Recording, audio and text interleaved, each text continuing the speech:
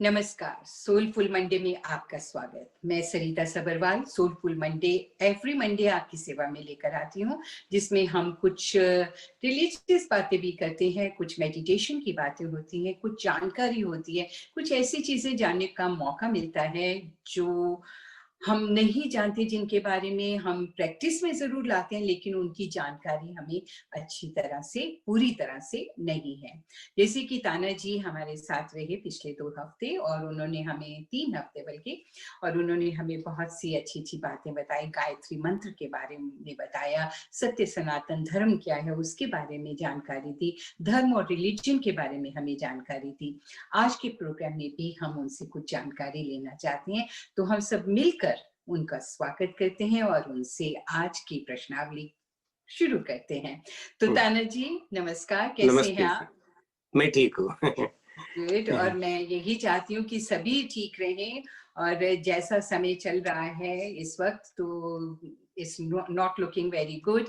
अभी वैक्सीन मिलना शुरू हो चुका है, लेकिन फिर भी बहुत से ऐसे लोग हैं जिन्हें अभी वैक्सीन नहीं मिला है, फर्स्ट डोज भी नहीं मिला है। तो मैं यही चाहती हूँ कि जल्दी जल्दी मिल जाए, पर इसका मतलब ये नहीं है कि एक दफा वैक्सीन आप लगवा ले तो आप खुले आम घूम सकते हैं। या लॉकडाउन में हम सभी तो अपनी सेहत का ध्यान रखें और अपनों का भी जरूर ध्यान रखिएगा, क्योंकि अगर आप बीमार होंगे तो दूसरों की तो इस बीमारी में की सेवा नहीं कर सकेंगे, लेकिन आपको चिंता खाती जाएगी, चिंता बहुत लगेगी। सो अपना ध्यान रखिएगा, मास्क पहन के रखिए, सोशल डिस्टेंसिंग रखिए। आज का टॉपिक है हमारा प्रार्थना। हम सब प्रेयर करते हैं, जिस भी फेथ को बिलीव करते हैं, जिसमें भी हमारी फेथ होती है उससे हम प्रैक्टिस करते हैं, हम प्रार्थना करते हैं, दुआ करते हैं। तो आज हम प्रार्थना के बारे में जानना चाहेंगे ताना जी से कि ताना जी प्रार्थना क्या है, क्यों करते हैं हम, इसके बारे में हमें बताइए। देखिए, प्रार्थना शब्द जो है ये संस्कृत का शब्द है। इसमें प्रार्थना अर्थात प्रकृष्ट रूप से अपने जो इष्ट है, अभिष्ट है, उस अर्थ की कामना और याचना करना। तो हम प्रार्थना में परमपिता परमेश्वर को कोई अपने विशिष्ट अभिष्ट ऐसे जो अर्थ है, जो हमारी इच्छित वस्तु है, उसको हम मांगते हैं। क्योंकि सारे संसार का रचयिता, सारे संसार का सबसे बड़ा दाता, जीवन प्रदाता ईश्वर होने के कारण सॉरी, हम वो चीजें ईश्वर को ही मांग सकते हैं। तो उसको इष्ट अर्थ इसलिए कहते हैं क्योंकि जो ईश्वर देता है वही मांगना चाहिए, जो ईश्वर नहीं देता उसको नहीं मांगना चाहिए। और अभिष्ट अर्थ में मुख्य रूप से जैसे ईश्वर को हम ज्ञान मांगते हैं, और जैसे धियो यो न प्रचोदयात् में हम ईश्वर को अच्छी प्रेरणा मांगते हैं। अग्नि नय सुपथा राय, हे ईश्वर हम सुपथ पे चले, ऐसे हमको प्रेरणा करे। तो तन्मे मनः शिव संकल्प मस्तु, हे ईश्वर हमारे मन शुभ संकल्पों से युक्त हो। ऐसे जो ईश्वर के गुण कर्म स्वभाव के अनुसार जो अर्थ है, जो जो विचार है, जो ज्ञान है, जो शक्ति है, वो हम जिसमें मांगते हैं उसको हम प्रार्थना कहते हैं। और प्रार्थना ये स्पिरिचुअल प्रैक्टिस का पार्ट है हमारे, जो कि हम एवरीडे करते हैं। और इस तरह से प्रार्थना में हम ईश्वर के साथ कम्युनिकेशन करते हैं, ईश्वर के साथ जुड़ जाते हैं और अपने मन की बातें ईश्वर से करके, अपना जो मन जो दुख होता है ईश्वर के साथ शेयर करके, वो उस दुख से आगे निकल जाने के लिए ईश्वर को शक्ति मांगते हैं। और ईश्वर ही हमारी एक अंतिम आशा है, तो हम वो भी हमको प्रार्थना से मिलती है और हमें ज्ञान भी मिल जाता है। तो उस ज्ञान के लिए, आशा के लिए और अपने आत्मिक शक्ति के लिए जो है परमपिता परमात्मा को हम ये सब चीजें मांगते हैं। ब्रीफली हम ईश्वर को आनंद मांगते हैं, अंत में सच्चिदानंद। तो वो आनंद हमको दे सकता है, तो हम ईश्वर को उस आनंद के प्राप्ति के लिए याचना करते हैं। तो और भी बहुत सी चीजें भी उसमें मांगते हैं हम। जी, आपने कहा कि ईश्वर से वही मांगना चाहिए जो वो दे सकते हैं, जो वो दे सकते हैं। मतलब बेफजूल की चीज, कुछ लोग कहते हैं ईश्वर मुझे ये मिल जाए, कार मिल जाए, घर मिल जाए, बड़ा मिल जाए। वो चीजें जो हैं वो पुरुषार्थ से आए, मतलब काम मेहनत करने से आपको मिल सकती हैं। लेकिन वो चीजें जो सुख मांगे, आनंद मांगे, अपने बच्चों की अच्छी सेहत मांगे, ऐसी चीजें जो कि ईश्वर हमें प्रदान कर सकता है, उसी उन्हीं चीजों के लिए प्रार्थना करना आवश्यक होता है। तो उसमें आपने हमें बताया कि आनंद की प्राप्ति के लिए आप पूजा करते हैं या प्रार्थना करते हैं, ईश्वर की स्तुति करना चाहिए। ईश्वर की स्तुति कब और कैसे करनी चाहिए? देखिए, स्तुति शब्द जो है वो गुण संकीर्तन को कहते हैं। जैसे ईश्वर है तो ईश्वर के गुणों का संकीर्तन, उनका उच्चारण, उनका स्मरण करें, उनका श्रवण करें, उनका उच्चारण करें, तो और ईश्वर के गुणों का ज्ञान करें, तो उसको हम स्तुति कहते हैं। और स्तुति के लिए ईश्वर को ठीक से जानना पड़ता है कि ईश्वर सचमुच में जैसा है उसके वैसे स्तुति हो, जैसे नहीं वैसे नहीं होनी चाहिए। तो ऐसे किसी पदार्थ की भी स्तुति हमको करने के लिए पहले ज्ञान चाहिए, पहले पहचानना होता है। तो ईश्वर के संबंध में भी है कि उसके गुण, उसके कर्म, स्वभाव को हम जाने और उसका श्रवण करें और उसका प्रवचन करें और उसको, उन गुणों को अपने जीवन में धारण करने का प्रयत्न करें, तो उसको हम स्तुति कहते हैं। और स्तुति से प्रीति होती है। अभी कोई ईश्वर, क्योंकि सबसे बड़ा अनंत अनादि गुणों से युक्त होने से ईश्वर के साथ प्रीति होती है। किसी मनुष्य के लिए भी हम प्रेम करते हैं तो उसके गुणों के कारण करते हैं। तो जो स्तुत्य है, जो एप्रिशिएबल लोग और गुण है, उनके कारण उनके प्रति हमारी प्रीति बनती है। तो इसके लिए तो किसी पदार्थ की भी स्तुति होती है, दूध की स्तुति है, घी की स्तुति है, किसी वनस्पति की स्तुति है। तो उस पदार्थ के जो गुणों का संकीर्तन, उसको जानना और श्रवण करना और उसके प्रति एक आदर और श्रद्धा का, प्रेम का भाव निर्माण होना, तो ये पहले स्तुति हम ईश्वर की करते हैं। और कहते भी है स्तुति, प्रार्थना, उपासना। हाँ जी, तो प्रार्थना दिन में कितनी बार करनी चाहिए? क्या ये रोज करनी चाहिए, सुबह शाम करनी चाहिए, या दिन में जब भी वक्त मिले तभी आप प्रार्थना करें? सामान्य रूप से हम जैसे प्रार्थना को संध्या कहते हैं, जो प्रातः काल और सायंकाल, सूर्योदय और सूर्यास्त का समय जो है प्रार्थना का निश्चित किया हुआ है। सामान्य रूप से हम जब सुबह काम करें तो, या सुबह उठे तो प्रार्थना करें, और सूर्योदय के साथ साथ, और शाम को सब काम फिनिश हो जाए तो सूर्यास्त के समय में, संध्या काल में प्रार्थना करें। वैसे तो प्रार्थना के लिए देखिए, हम जब कभी सुविधा मिले और मन करता है प्रार्थना करने का, तो प्रार्थना के लिए कोई विरोध नहीं है, किसी समय न करो ऐसा कुछ नहीं है। सोते समय प्रार्थना, उठते समय प्रार्थना, भोजन के समय प्रार्थना, प्रार्थना ही प्रार्थना। प्रार्थना का भाव निरंतर हमारे मन में चलना चाहिए। तो कुछ प्रार्थनाएं ऐसे घंटों के लिए होती है, वो तो बैठ के आराम से करने की होती है। पर मैं सोचता हूँ कि थोड़ा भी टाइम मिले, 1 मिनट की प्रार्थना, आधे मिनट की प्रार्थना, सेकंड की प्रार्थना हमको करना चाहिए। इवन जैसे ट्रैफिक लाइट पे 1 मिनट के लिए खड़े हैं, तो उतने में ही 5-6 बार गायत्री मंत्र का उच्चारण कर लेना चाहिए, ताकि गायत्री मंत्र का भाव निरंतर हमारे मन में बना रहे। ये इसलिए निरंतर भाव होना चाहिए क्योंकि हमें प्रार्थना को जीना है, प्रार्थना को अपने एक्शन में लाना है। कोई डिसीजन करने के पहले हमारा संबंध ईश्वर से जुड़ा होना चाहिए, ताकि हमारे मन में पवित्र भाव आ जाए, अच्छे डिसीजन हम कर सके और हमारे जीवन को ईश्वर प्रतिपादित धर्म के मार्ग पर चला सके। इसलिए प्रार्थना तो सेकंड, मिनट की भी किसी भी समय कर सकते हो, पर सुबह और शाम का समय ज्यादा अच्छा माना गया है। और उसमें भी ब्रह्म मुहूर्त की प्रार्थना सुबह की बहुत अच्छी मानी जाती है। मन शांत होता है, वातावरण शांत होता है, तो सुबह की प्रार्थना सबसे ज्यादा प्रभावकारी होती है। उसमें भी जितना सुबह करो ब्रह्म मुहूर्त, जो कहते हैं हम, ब्रह्म मुहूर्त की प्रार्थना तो और भी अच्छी होती है। पर फिर भी देखो, ऋषियों ने प्रार्थना ही प्रार्थना में जीवन बनाने के लिए हमको कहा हुआ है। प्रार्थना करने से पहले क्या अपने आप को शुद्ध करने की भी जरूरत होती है कि हम जब सुबह उठे हैं तो पहले नहा धोकर ही प्रार्थना करनी चाहिए, या सबसे अच्छा है कि सुबह उठ करके प्रातः विधि करके, नहा धो के, प्रॉपर पद्मासन में या किसी वज्रासन में, अपने सुखासन में बैठ करके, शुद्ध स्वच्छ स्थान पर बैठ करके, सूर्य की ओर मुख करके, तो रिलैक्स होकर के प्राणायाम के साथ में आराम से, उसकी एक विधि है प्रार्थना को बैठने की, उसका पूरा प्रिपरेशन होता है, वो ज्यादा प्रभावकारी होती है।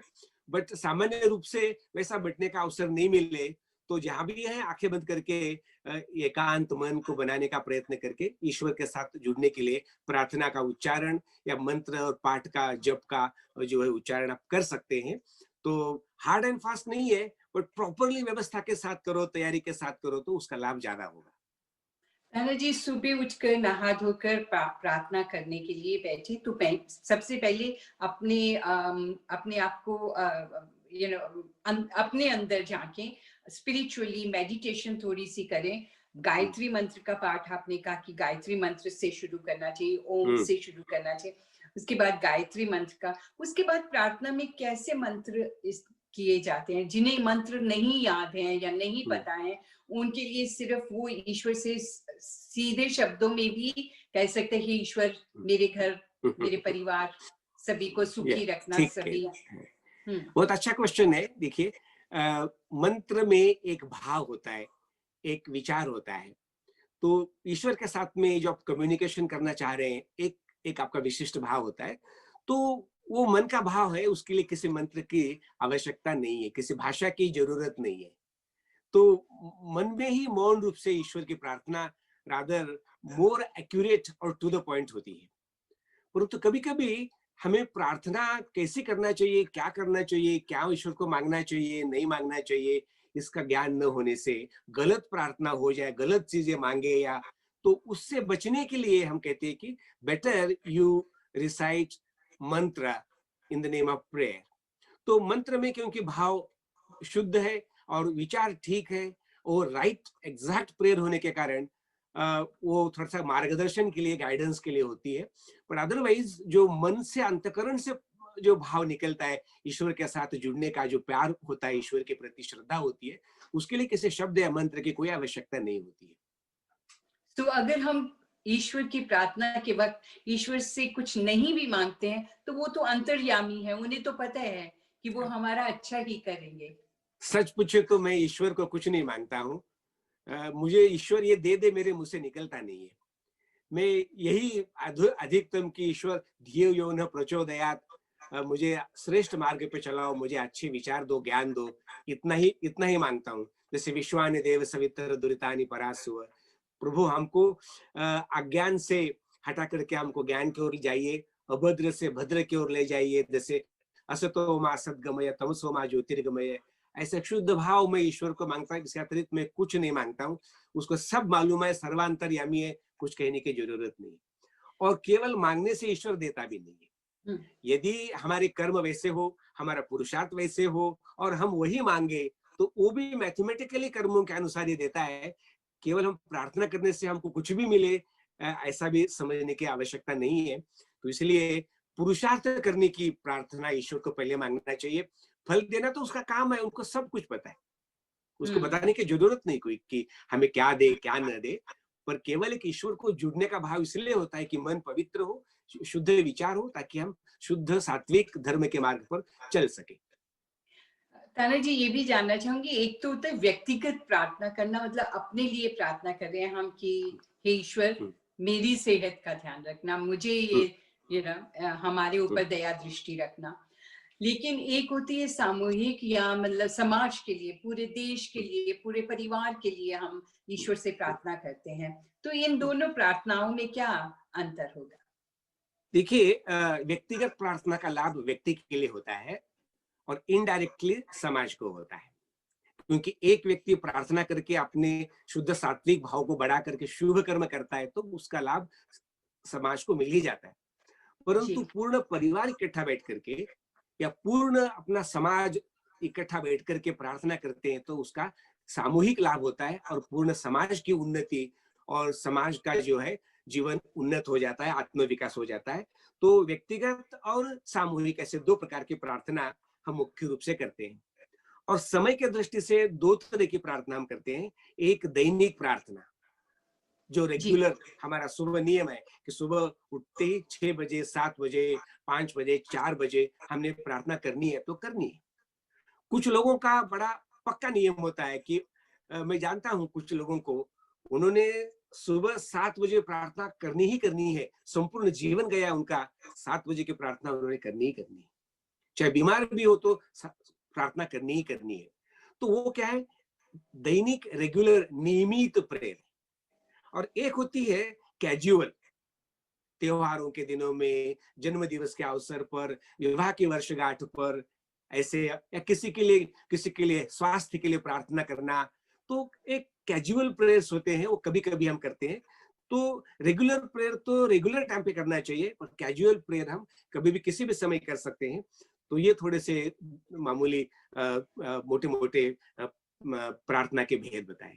जी, तो जो दैनिक हम करते हैं वो व्यक्तिगत ज्यादा होती है, मीन्स अपने लिए होती है या अपने ही परिवार के लिए होती है। और जब हम सोशल करते हैं, जैसे कहीं यज्ञ हो रहा है वहां प्रार्थना करते हैं, तो सामूहिक करते हैं कि सभी के लिए, कि जो हाँ, भी है सर्वे भवन्तु सुखिनः, मतलब सभी हाँ, खुश रहें, सभी सभी खुश थे, हाँ। मंगलमय तो देखिए रहें। ना, जैसे व्यक्ति, समाज और फिर विश्व के लिए प्रार्थना करते हैं, फिर विश्व के लिए प्रार्थना होती है। वो तो और भी जैसे विस्तृत और यूनिवर्सल प्रेयर हो जाती है। और वेद की जितनी भी प्रार्थनाएं हैं, और वेद की हमें जो शिक्षा है, वो शिक्षा ये है कि केवल अपने लिए प्रेयर करना ये संकुचित भाव होता है। हम परिवार के लिए, समाज के लिए, देश के लिए और विश्व के लिए प्रार्थना करें। जैसे आपने बोला कि सर्वे भवन्तु सुखिनः, सर्वे सन्तु निरामया, सर्वे भद्राणि पश्यन्तु, माँ कश्चित् दुःख भाग् भवेत्। इसमें सर्वे, सबके लिए प्रार्थना की गई है, तो ये बहुत बड़ा भाव इसमें है। तो और हमारे सत्संगों में, हमारे व्यक्तिगत प्रार्थना में भी, हाँ, इस सर्वे भवन्तु की प्रार्थना बहुत ही मुख्य प्रार्थना के रूप में हम मानते हैं, और यही हमें शिक्षा है। हमें कोई अपना पराया ऐसा ऐसा भेद नहीं करते हैं।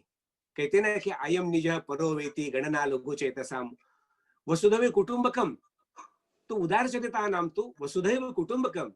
तो जो उदार चरित महापुरुष, जो श्रेष्ठ होते हैं, उनके लिए तो पूर्ण वसुधा ही अपना परिवार होता है, और उस वसुधा के लिए, पूरे विश्व के लिए प्रार्थना करते हैं। तो उस दृष्टि से ये जो सर्वे भवन्तु सुखिनः, सर्वे सन्तु निरामया, ये प्रार्थना बहुत ही सार्थक प्रार्थना है।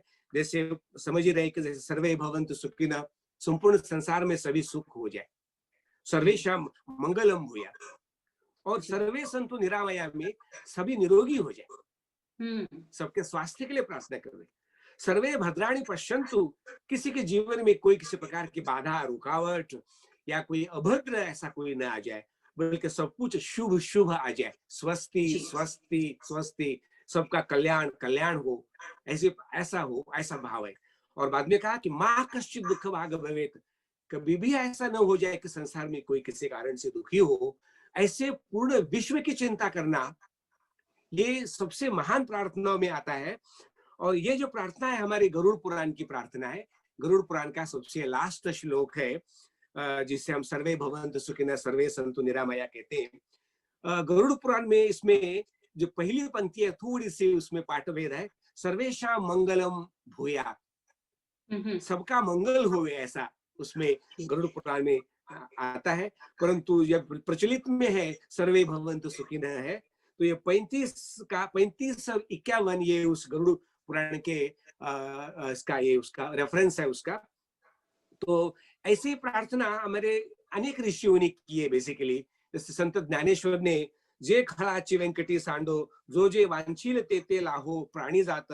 हे प्रभु, इस संसार में जो दुर्जन लोग है, उसके जो बुरे विचार है, वो सारे दूर हो जाए। दुरितानि परासुव यद भद्रम तन्ना आसुव, और जो जो श्रेष्ठ है वो सबको मिले। और जो जो वांछील ते लाहो, और उन सबके मनोकामनाएं पूर्ण हो।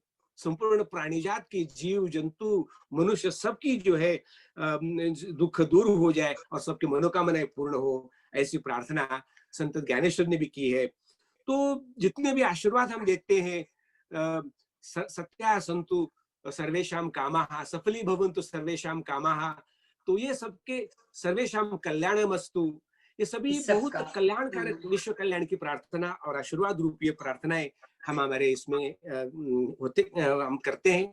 तो स्पेशली ये सर्वे भवन्तु सुखिनः की प्रार्थना मुझे बहुत पसंद है। सभी, इस पूरे विश्व के लिए, सभी के लिए ये प्रार्थना की जाती है। ताना जी, बहुत अच्छी तरह से आपने हमें बताया कि प्रार्थना क्या है, इसका अर्थ क्या है, कब करनी चाहिए, किस तरह से करनी चाहिए। दिन में 2 दफा, सुबह के वक्त और शाम के वक्त संध्या, जिसे हम कहते हैं संध्या प्रार्थना, वो करनी चाहिए। आज मैं आपसे निवेदन करूंगी कि जो विश्व में इस वक्त चल रहा है, जो सिचुएशन है कोविड-19 की वजह से, आप जस्ट आस्किंग यू कि सभी के लिए आप किस तरह से प्रार्थना करेंगे? एक्चुअली मैं सर्टेनली मृत्युंजय मंत्र से भी मैं प्रार्थना करूंगा, और उसलिए उनके प्रार्थना के लिए हमारे पास बहुत सारे मंत्र हैं। वस्तुतः ये कोविड के कारण जितने लोगों की मृत्यु हुई है, जितने लोग लाखों लाखों दुनिया में लोग बीमार आए इस कोविड के कारण, मैं उन सभी के स्वास्थ्य के लिए विशेष मैं प्रार्थना करना चाहता हूँ, जिसमें खास मंत्रों का उच्चारण करूंगा जो पारस्पर गृह सूत्र के हैं। ओम तनुपा अग्ने असि तन्वं मे पाहि, ओम आयुर्दा अग्ने असि आयुर्मे देहि, ओम वर्चोदा अग्ने असि वर्चो मे देहि, ओम अग्ने यन्मे तन्वा ऊनम तन्म आपृणम। यजुर्वेद की प्रार्थना दूसरी। ओम तेजो असि तेजो मयि देहि, ओम वीर्यमसि वीर्यमयि देहि, ओम बलमसि बलमयि देहि, ओम ओजोऽसि ओजोमयि देहि, ओम मन्युरसि मन्युमयि देहि, ओम सहोऽसि सहोमयि देहि। और एक लास्ट प्रार्थना मैं करना चाहूंगा, जिनकी इसमें दुर्भाग्य से डेथ हो गई है, जी, जो आत्माएं अभी हमारे साथ में नहीं है, और जिसके कारण उन परिवार में इतना भयंकर दुख आया हुआ है।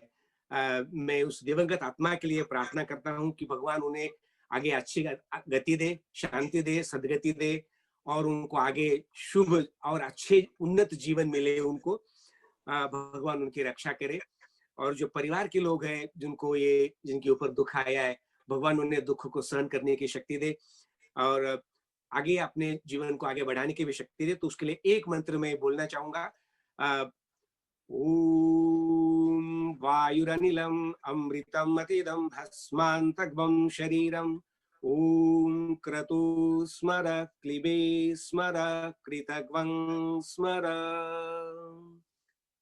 तो ये कान्हा जी, आपका बहुत बहुत धन्यवाद।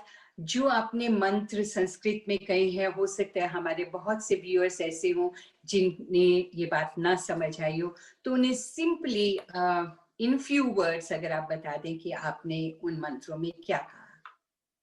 उन मंत्रों में मैंने यही कहा कि जो आज जिस कारण से ये कोविड उत्पन्न हो गया है, आ गया है, तो क्या हमारे शरीर में, इस संसार में कमी आ गई, या क्या कुछ ज्यादा हो गया? भगवान ईश्वर आप ही जानते हो। हमें अभी भी नहीं पता कि ये क्यों होगा, कैसे आया और क्यों जाएगा, हमें कुछ नहीं पता। पर आप सर्वांतर्यामी हो, सृष्टि के रचयिता हो ईश्वर, आपको पता है। तो प्लीज कृपा करके आप कोई कमी हो तो उसकी पूरी करो, कुछ ज्यादा हो तो उसको कम कर दो, और किसी तरह से हमारे जीवन में एक नॉर्मल जीवन आ जाए। और इसके बाद भी कोई ये थोड़ी देर रहता है तो हमें इस दुखों को सहन करने की शक्ति दो, हमें तेज दो, ओज दो, बल दो, वीर्य दो, ताकि हम इस कोविड की बीमारी के साथ फाइटिंग करके हम उसको हरा करके हम स्वस्थ और नॉर्मल जीवन को पा सके आपकी कृपा से। तो आप हम पर कृपा कीजिएगा, हमें उत्तम स्वास्थ्य और दीर्घ जीवन दीजिएगा, क्योंकि आप ही दे सकते हैं। तो इसलिए हम आपसे प्रार्थना करते हैं। बहुत बहुत धन्यवाद ताना जी आपका। और ताना जी के बारे में मैं बता दूं कि ताना जी आचार्य डॉक्टर हैं, डॉक्टर ताना जी आचार्य हिंदू वैदिक धर्म के प्रचारक हैं और वैदिक फिलॉसफी में इन्होंने डॉक्टरेट की हुई है। बहुत अच्छी तरह से इन्होंने आज हमें प्रार्थना का अर्थ बताया। अगले हफ्ते फिर से मिलेंगे हम, और नेक्स्ट सोलफुल मंडे में हम मृत्युंजय मंत्र के बारे में इनसे जानकारी लेंगे। नमस्कार। अपना और अपनों का ध्यान रखिए। नमस्ते। नमस्ते।